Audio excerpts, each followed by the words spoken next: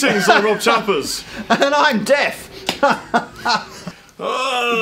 So, greetings. I'm the captain. I'm Chappers. And we're probably in 2013 now, or at least you are. We're not. We're still at the back end of 2012. It's like a time machine with an eye. Anyway, Gibson have announced a rather simple, like a simplification to quite a lot of the limited edition tribute guitars that they've been releasing over the last 2 or 3 years. It's kind of a bit weird. Over the last 2 or 3 years, you've probably seen there've been like 50s tributes, 60s tributes, 70s tributes, sort of released at limited periods throughout the time. And Gibson decided to simplify that now. So from 2013, there will be 4 tribute models out, each available in either an SG or a Les Paul. So there'll be a 50s tribute, a 60s tribute, a 70s tribute, and here's the weird one, 'cause it's not an 80s tribute, it's called a future tribute. So it's kind of almost like a what happens, what might happen. And I guess the thing is that when you've got a heritage as long as Gibson's, and as rich as Gibson's, it's kind of fair enough to have tributes at all these key points in time. So they're all going to be available all the time, and I'm just going to go and run through some of the points. Now, for the guys of you who were there in the 50s or who know your Gibson guitars are going to go, how can you have an SG, like 50s SG, because it wasn't even invented till the 60s, so that doesn't make sense. That's and you're totally right.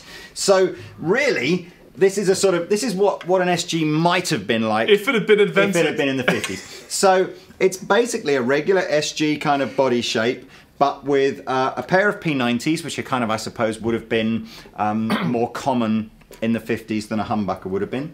A fatter neck, so kind of, for those of you that like a bit of chunk. So we got Grover-style machine heads on the back of this headstock. Nothing unusual there. It's not a terribly 50s appointment, that one, but there we go. But it's a solid mahogany body, rosewood fretboard with the kind of crown-style inlays. All your usual kind of SG stuff here. So this is pretty cool. Worth saying from a player's point of view, although he said it's got a fat neck, it's not fat as in, oh god, it's a huge neck. It's a nice, easy playing, very low action afforded there too. So I must admit that the older I get, the more I'm sort of leaning towards necks with a bit of girth, I must admit. So don't let it go downhill, Lee. So what you got there? I've got the same thing, but this is the Les Paul variety. Practically the same hardware, same pickup, same bits, but it's the Les Paul shape. Again, it's got the sort of slightly chunkier chod of a neck, but it's not too chunky to make it feel bad. The one thing that's really impressing me about all the Gibsons I played today is the fret dressing is superb. Yes. But also they've all got really good low actions. I don't normally use what I would class as a low action. Pablo will verify this in triplicate. Bury it for 3 years and then bring it up again. But it seems like if you wanted a low action, you could get one with these, and previously, on LA Law, that hasn't been the case when I played Gibsons. It would be super, super low here, but super high here. Yeah. And I'm not seeing that. That's an improvement in Gibson quality to me. And these are, Gibson invested a lot of money 4 or 5 years ago in all the Plek machines for their factory, so that every guitar that left the factory had a Plek setup, which is kind of crazy. There's only a couple of places in the UK that you can even go for a Plek setup, and they'll charge you well over £100 for that setup. So it's kind of cool. Didn't Henry say that these were the, Gibson was fed up with SGs and smashed them up, and let's just look at the future of guitars at Gibson? Yeah, because the Firebird X basically made all these guitars redundant. Yeah. Or was it that the Firebird X was one of those two anyway? Well, it's really good to see the SG back in fighting form. It never really went away. Doing what it should do and being an awesome, vaguely affordable. Yeah, these are all semi-affordable. So these are all the tribute guitars that we're going to show you are going to start from about sort of £650, £700. And depending on the spec that you go for and the colour that you go for, will finish around about £900. Ellie, can I spell your pick? That's good. Okay, so now that's what I am going to do. All of these guitars, I went a bit high pitched there. All of these guitars are available to you. All of these guitars that you're going to see, so the 50s, 60s, 70s and future ones, are available with a cool cut down version of the robot tuning system called the Mini Tune. Now we will demo that. Wait. He said robot tuning. Now, previously on 24, I've not enjoyed robot tuning. I'm at liberty and freedom to say that I didn't really like it at all. and I much preferred just being able to reach up and tune my own guitar, and I found that the whole system was a little bit kind of redundant and trying to solve a problem that didn't really exist. So I'm hoping that Lee can prove me wrong with this new robot tuning system. I suspect, okay, I wasn't going to do the robot one now, but I'll do it now. Is this the one? This is one. Here is a guitar. This is actually the Les Paul Future model, but don't let this put you off. It's essentially the same mini tune system. Now, someone's going to have to go handy cam here because it's too tiny weeny. Pick up that cam to see. Be cam, be cam, be cam.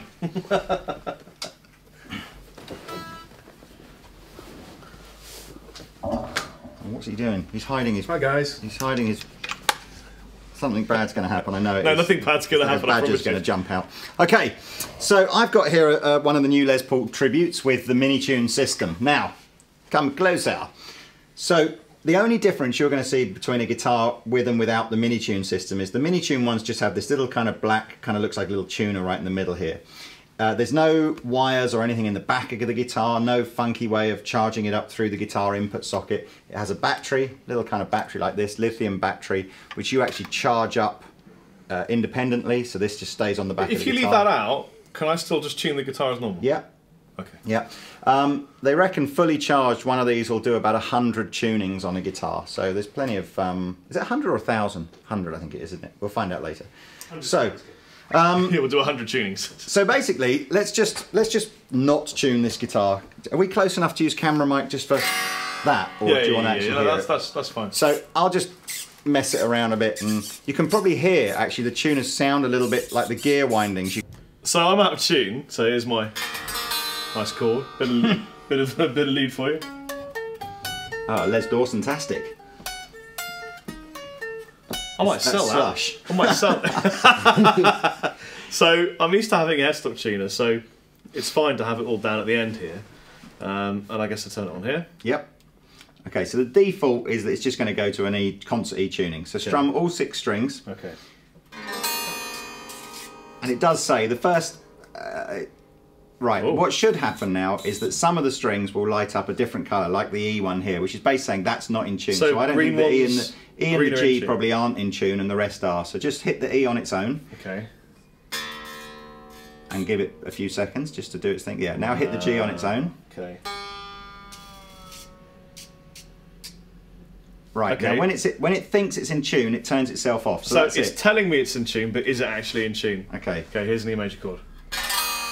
It is in tune. It's in tune. It's actually worked. So that's how now. So that now. Hold on, that's the first time that for me, yeah, robot tuning's actually worked. Yeah. So now I think there's absolutely. B said earlier on, it's like, well, I can tune my guitar. It's never been a problem before. So what's the point? And to be honest with you, if all it did was tune to E, I would get that. You know, what is the point? Yeah. However, what it actually has are 3 banks of different tunings in here. So you've got drop D, dad-gad, various open tunings, open G, etc., plus a bank of your own tuning. So if you have a specific tuning that your band needs to use, perhaps you play some weird slide stuff. Oh, that's cool. So let's do open G. How about you can override all of it if you want to? Yeah. Okay. So let's do open G. Right, so we turn it on.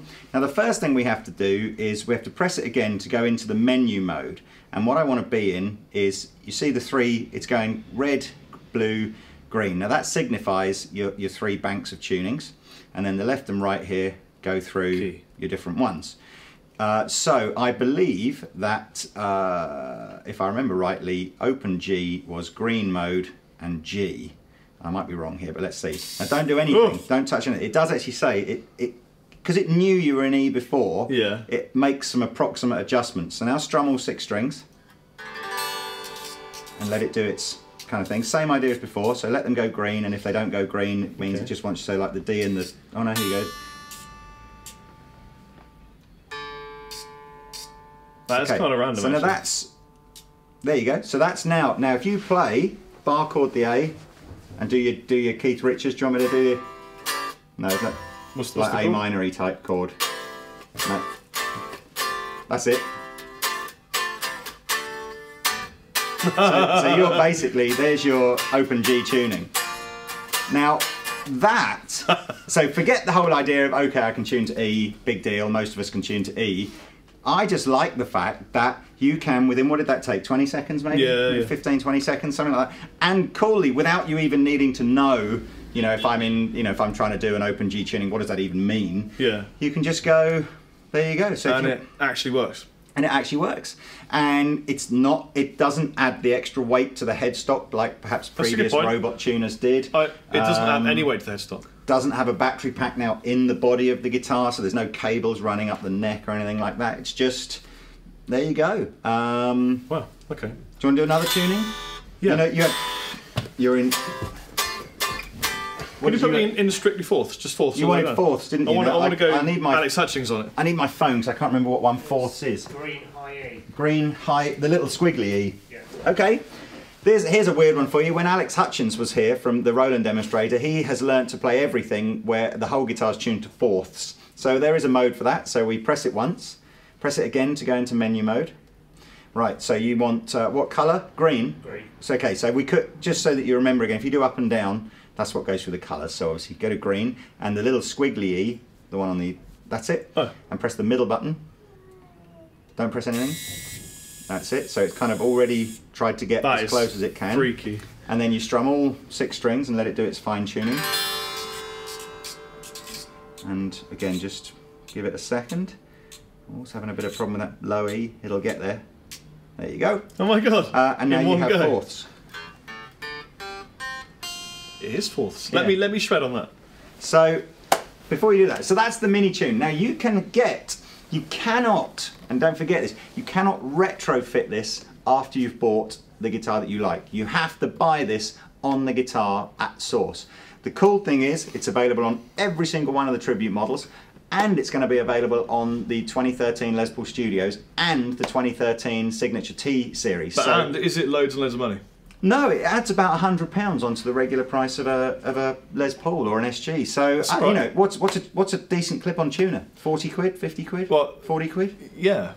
So you know, I mean, obviously it's not transferable from one guitar to the next, but I think that's a cool, you know. You're not going to lose it though, are you? I don't think Chappers and I are afraid to say we were probably both a bit. I was dubious and sceptical because I'm a traditionalist, and it wasn't something that I felt I needed. I don't need it, but I can completely see that someone would need it. Yeah. And I think it's a cool thing that it works. I think it's great. It's definitely aiming at, you know, if you're a pro player, yeah, and you basically jump between E and drop D whilst you're playing, you know, let's be fair, maybe not the sort of thing that you're going to need. But if you're you know, like open G and fourths, and then you know different. Yeah, or that kind of thing is a useful application. Yeah, or you're a more intermediate player or a beginner player, and you just think I want to experiment some tunings, and if you just don't know tunings, if you find it difficult to tune, and you don't know lots of different tunings, and you want something to do it for you, yeah, rather than taking it to your uncle. But if you want to see all the different tuning options that you can do on Mini-Tune, go to the Andertons website, go find any of the guitars that have got a Mini-Tune system on there, and it'll tell you what you can do. But it's a very cool system. Okay. And you know what? It's the first, as you probably rightly say, I think it's taken Gibson probably 5 years of robot mucking around with, you know, where are we going with this? You know, we've had the Firebird, the Dark Fire, the robot, everything like that. What did I call it? No, you're right. It was a Firebird X, sorry. And this is the first one where I've thought, you know what? They've cut it right down. It's affordable, it's simple, and most important of all, it works.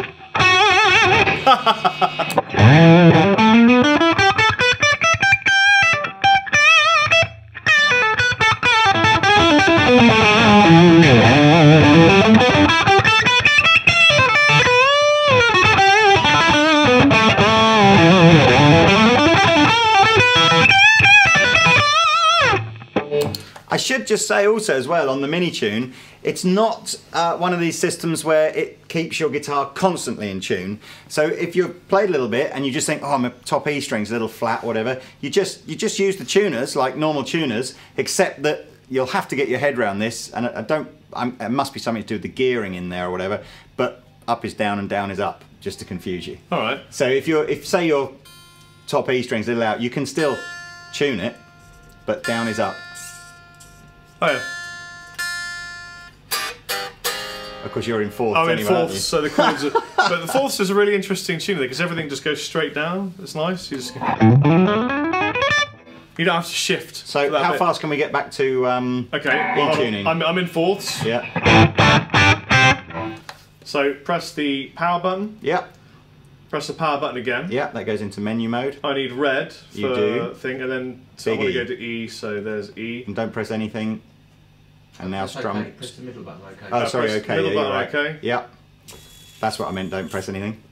Now strum all 6 strings. It's pretty much in anyway, isn't it? Happy days. And It's it should pretty- does it it's switch pretty- itself off when it's in tune? It's pretty random. It's almost there. Might just want It wants me to do which string? just one more, 2 strings, B and E, There you go.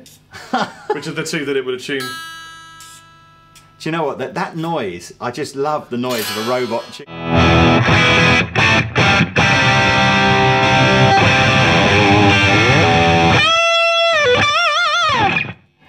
I like, because it reminds me of, there's That's a noise cool. in Star Wars that I think it's C-3PO. Oh yeah. Moving around This that. oil mask feels so good.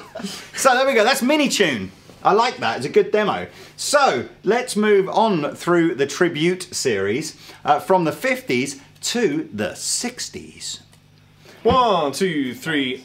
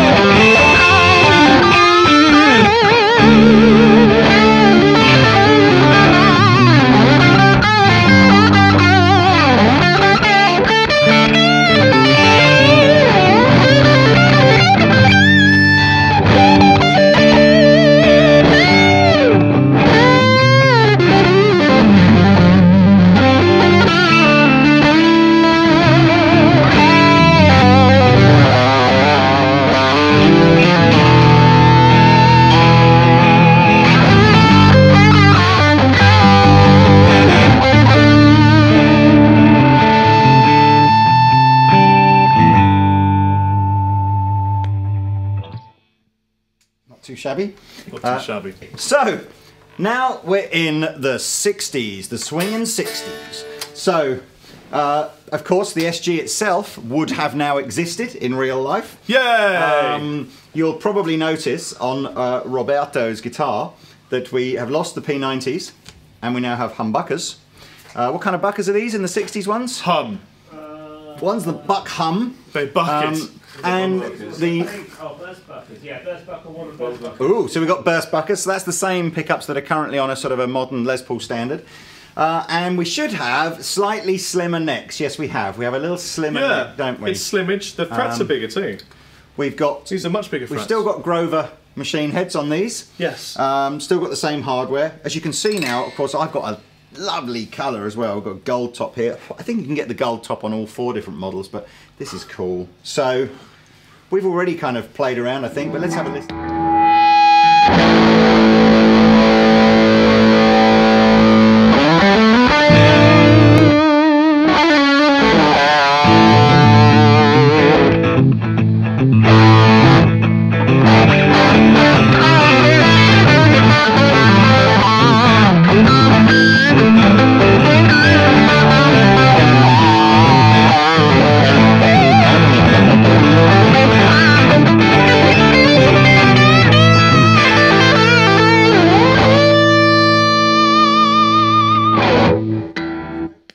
Thing with humbuckers are a lot less noisy than the P90s, so much better if you really do want to use it with some higher gain kind of sounds.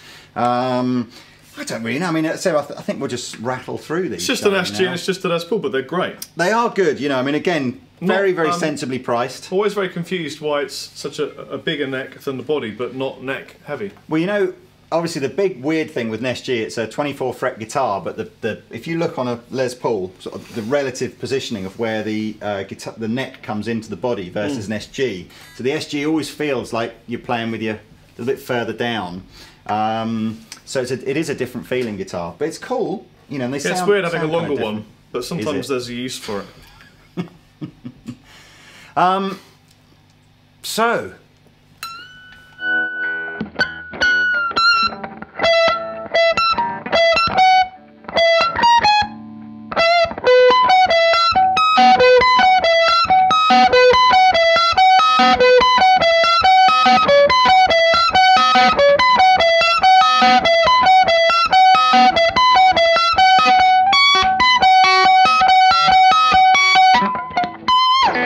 Checking that you got the access down there, and also that the intonations. That would probably not have been quite the anthem that it was had it been played in that key. We're talking about. I just wrote that. So that's the 60s one. So basically, it's exactly the same as the 50s one with a slimmer neck, but 60s and different pickups on it. So more that's 60s. Kind of cool. More 60s, and of course available with the mini tune system if you want. So let's launch on to the decade of mine and Rob's birth, the 1400s. I was born in 75. When are you born? I was born in 72. I'm level 37. Wasn't there a song about born in 72? It's the future, so it's black. So, we don't have a 70s Les Paul here to show you, but if we did, it would basically be a Dirty Fingers loaded guitar. And how's the neck on that compared to the 60s and the 50s one? It's even slimmer. Slimmer again? I think it's a bit wider too. And it's still that lovely kind of satin sort of finish, but a little tiny bit of... It's a satin finish, rather than like a stain, you know. It's usually got some sort of porous nitrocellulose kind of spray on it, so you don't get the thick gloss lacquer, but you still get, if you like, the effect of a lacquer. If anyone knows why they're called Dirty Fingers, maybe they could comment in the comment section below. Try and keep them clean, comments, please, because I know what you lot are thinking. Now, just randomly and bizarrely, because those eagle-eyed ones of you are probably looking at it going, saying, but it says Future on top of it. That's anomaly. Because this has come through with the wrong truss rod cover on it. Wrong. So our Pablo QC man will be replacing that very shortly. But yes, these will say 70s tribute on it, exactly like these say 50s tribute, except it'll have a 7 instead of a 5. So let's hear this. The other sort of 70s thing, you've got the top hat style knobs, which is a very 70s kind of feature. Although again, still the Grover machine heads. Yeah, I do prefer these top hats because they're easy to use. I don't like the look of them. I'm not sure, apart from the fact that you and I were born in the 70s, I don't think it was a great era for building guitars. Oh. I'm not sure I liked any... I'm not sure anything from the 70s really kind of, you stand out, I'd really like a 75 anything. Some of the James Bond chicks, maybe. Some of the James Bond films. Yeah. Although who was Roger Moore 70s? He was 80s, wasn't he? So Sean Connery still 70s, wasn't he? Live and let So they'd have still been die. good. Yeah, that's true. Yeah. Down. Anyway, we're getting slightly off topic. Sorry. Here. That's not. That's the wrong. Because I've amp. eaten a lot of Coronation chicken. It's the other. It's the other amp, isn't it, Lee? other amp. I'll press the other amp. And turn the other one off. Otherwise, it doesn't matter. Doesn't matter. It doesn't matter. All that matters is now, rock Dirty and roll. Fingers. These are a bit pokey. So check this out.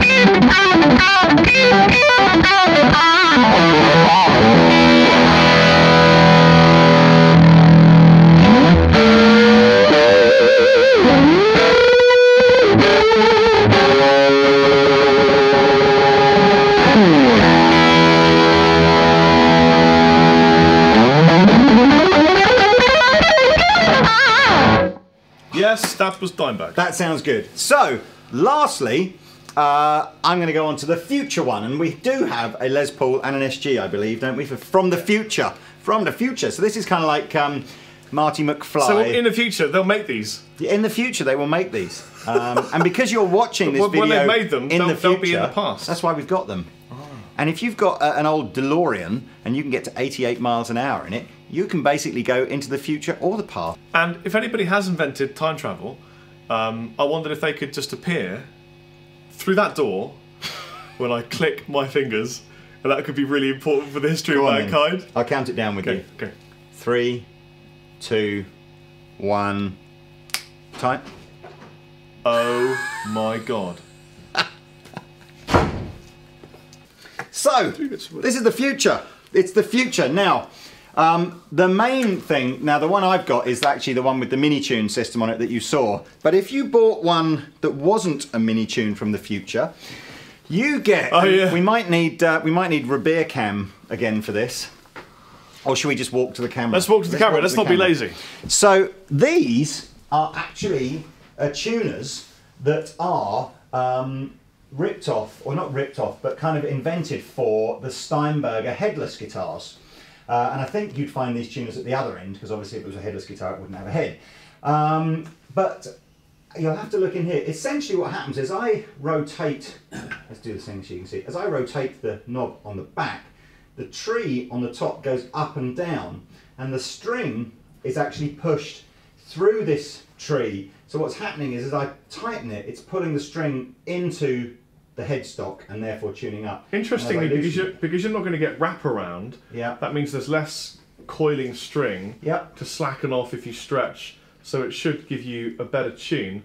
I just don't like them. So, well, it works like a locking machine head, so essentially you don't, as Rob said, you don't have any wraparound. I'm the opposite, actually. I really like, it's incredibly smooth. Is it a smooth action? Show them how smooth the action is. Well, you'd have to, you would have to tune it. So let's go back and sit down. So if you just tune it, Rob, like you would normally. I was enjoying the smooth action of that tune. It's just a really smooth action. It looks weird, because obviously from the front on, it looks like you've got no machine heads.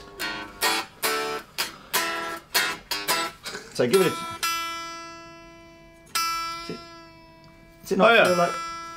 It feels like a 36:1 ratio. It feels like a really smooth tune.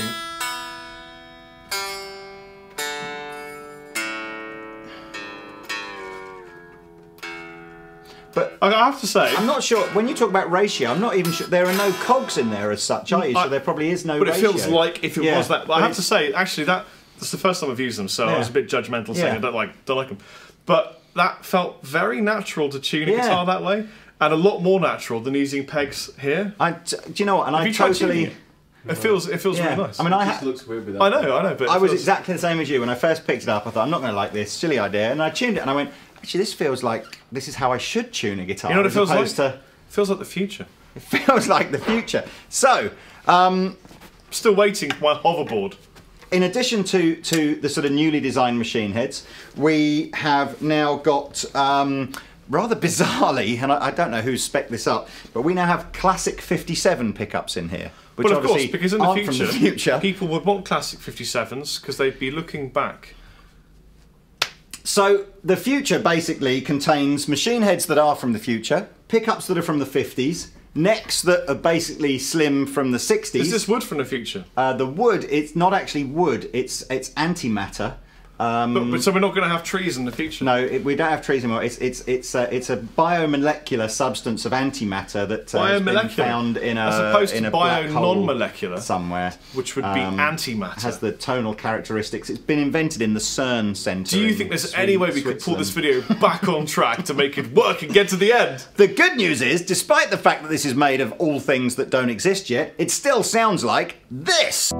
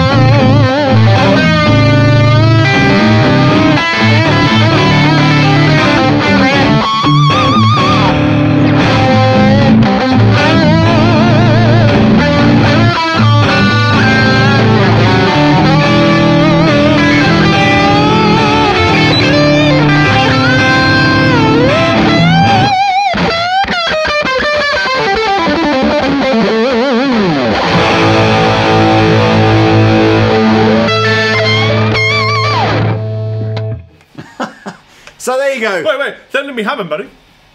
There it is. Feel better now. That's it. I've been the captain. I'm Rob Chapman, and I just realised that this is an RC booster. It is. Technically, then, belongs to me. Well, if you insist. We're from the future and the past and the present, all simultaneously. We're omnipresent audio deities here at Andertons, bringing spiritual delights to your ears and eyes. Bye. Bye-bye.